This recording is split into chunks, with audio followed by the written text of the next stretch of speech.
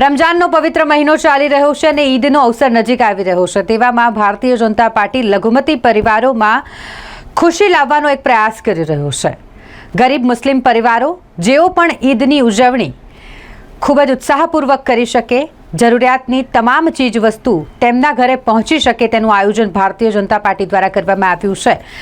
બિહારમાં ભારતીય જનતા પાર્ટીના મીડિયા પ્રભારી દાનિશ ઇકબાલ દ્વારા આ વિશે માહિતી આપવામાં આવી। ભારતીય જનતા પાર્ટી દ્વારા લઘુમતી પરિવારના, મધ્યમ વર્ગના પરિવારના જે લોકો છે તેમના સુધી સોગાતે મોદી ભેટ મોકલવામાં આવશે। આ એક કિટ તૈયાર કરવામાં આવી છે। ઈદમાં જરૂરિયાતની જે વસ્તુઓ છે તેનો સમાવેશ આ કિટમાં કરવામાં આવ્યો છે। ભારતીય જનતા પાર્ટી તરફથી લઘુમતી પરિવારોને આ કિટ સોગાત સ્વરૂપે આપવામાં આવશે, જેને નામ આપવામાં આવ્યું છે સોગાતે મોદી। ગરીબ મુસ્લિમ પરિવારો જેઓ પણ ઈદની ઉજવણી કરી શકે માટે આયોજન ભારતીય જનતા પાર્ટી દ્વારા કરવામાં આવ્યું છે। 32 લાખ લોકોના ઘરો સુધી આ સોગાતે મોદી કિટ પહોંચાડવામાં આવશે।